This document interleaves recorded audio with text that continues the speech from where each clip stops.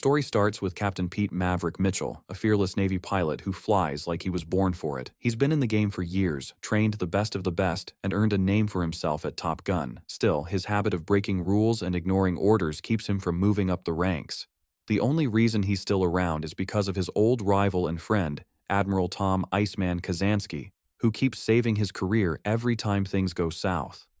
One morning, Maverick is out testing a new jet called the Dark Star. The higher-ups, especially Admiral Kane, want to shut the project down and shift the funds to drones. But Maverick doesn't listen. He jumps in the jet and takes off to prove what it can do. He flies higher and faster than anyone ever has, breaks records, and pushes the jet too far until it crashes. He makes it out alive.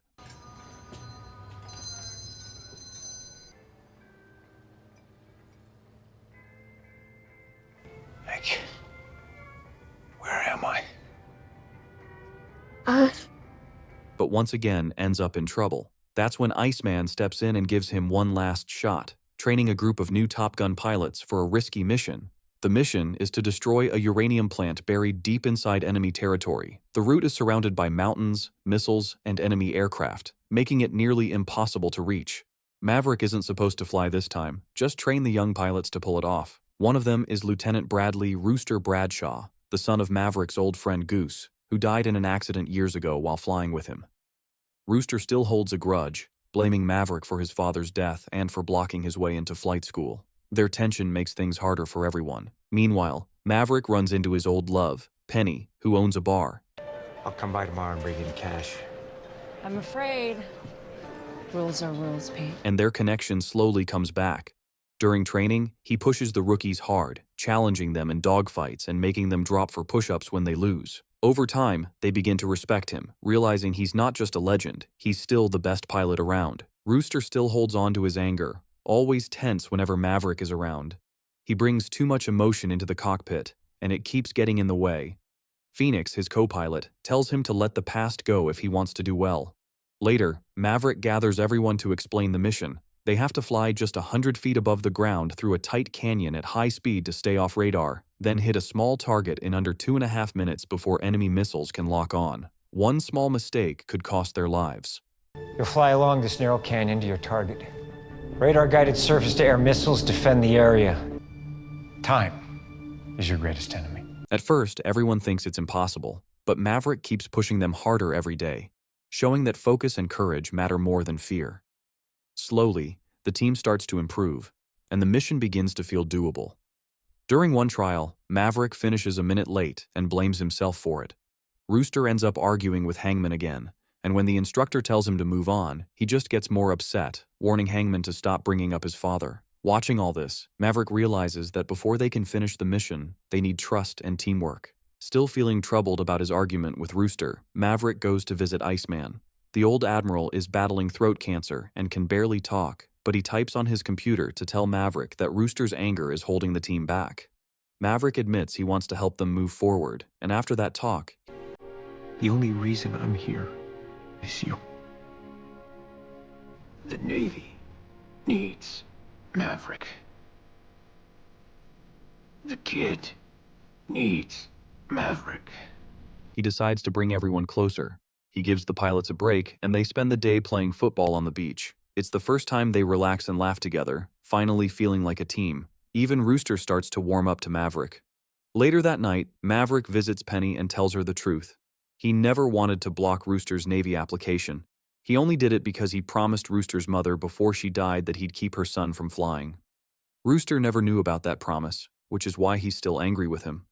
The next day, Admiral Simpson announces that the mission will start sooner than planned. Maverick gathers the team again and goes over the new plan. They'll fly in pairs at low altitude through narrow valleys, relying completely on teamwork and timing. They have to lock their laser on the uranium plant and hit it precisely. One small miss and the mission fails. After the strike, they'll have to climb a steep mountain at high speed, a move so rough it could knock them out cold. Even if they make it over, enemy missiles will be waiting on the other side.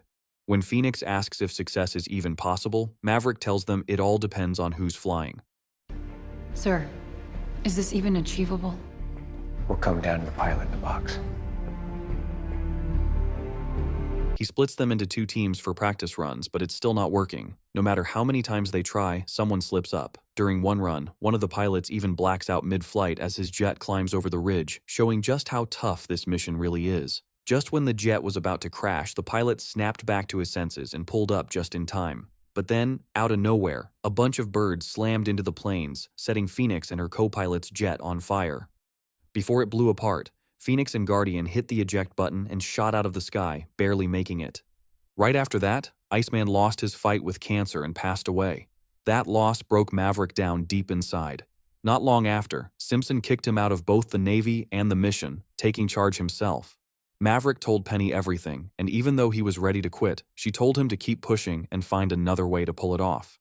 The next day, Simpson called the pilots in and announced he was their new instructor.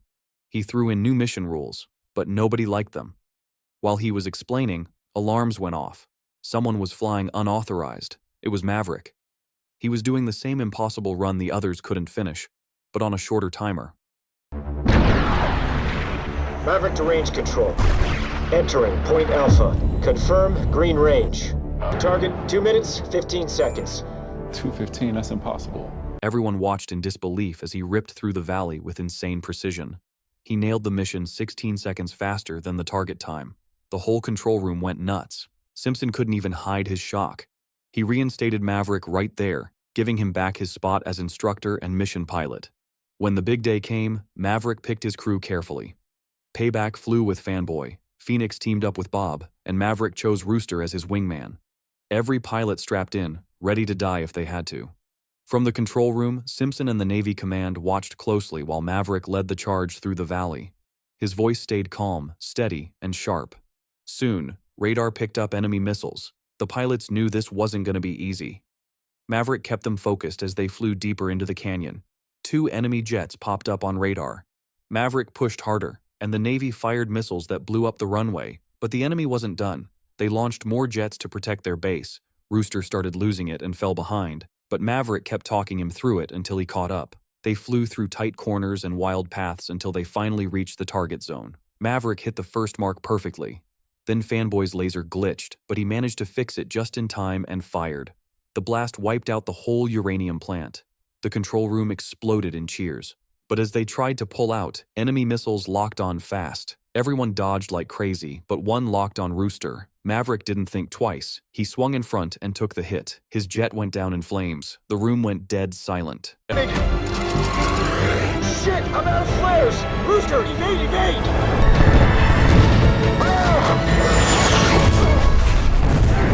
Mav, no! Everyone thought Maverick was gone. Simpson ordered all pilots to return, but Rooster just couldn't accept it. Rooster ignored the order and turned his jet around to go back for Maverick. When he got there, he saw him alive but running from an enemy jet that was right on his tail. Rooster came in fast and blasted it down, saving Maverick just in time. After that, both of them sneaked into an enemy base, found an old F-14 Tomcat sitting there, and took off before anyone could stop them. While flying out, 2 more enemy jets came after them.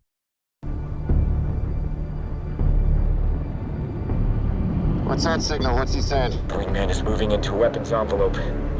Maverick and Rooster gave it everything they had and took one down, but soon ran out of ammo. Maverick told Rooster to eject, but the handle was jammed. Things looked over for them until Hangman showed up out of nowhere and shot down the last enemy jet, saving their lives in the nick of time. They made it back to the Navy carrier safe. The moment they landed, the whole crew started cheering and running toward them.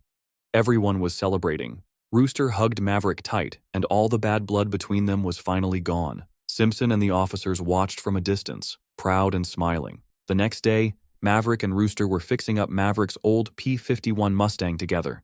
Then Penny showed up, and Maverick took her for a flight across the open sky. As they flew off, Rooster looked at a photo in the garage, Maverick standing beside his late father, and smiled quietly, and this is where our story ends.